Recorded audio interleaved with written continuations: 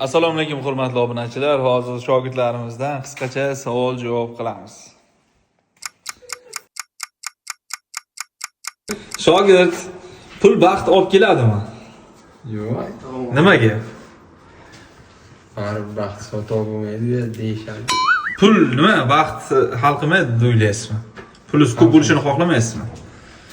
Xohlaydi hamma конечно. Nima uchun pul baxt olib kelmaydi deyapsiz? Yo'q. Pulni baxt bilan sotib bo'lmaydi, lekin yaxshi ko'radi. hamma pulni yaxshi ko'radi.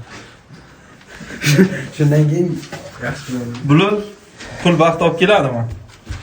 Olib keladi menga.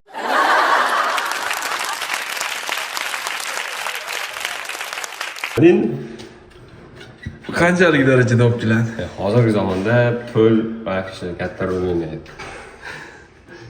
Pul baxt olib keladi, xullas. Ko'proq pul bo'lsa, hamma sharoit bo'ladi. Hamma sharoit bo'ladi. Ko'rib turganingizdek Qizlar ham orqasidan chopadi, mashina bo'ladi, hamma sharoit bo'ladi. Hamma sharoit bo'ladi.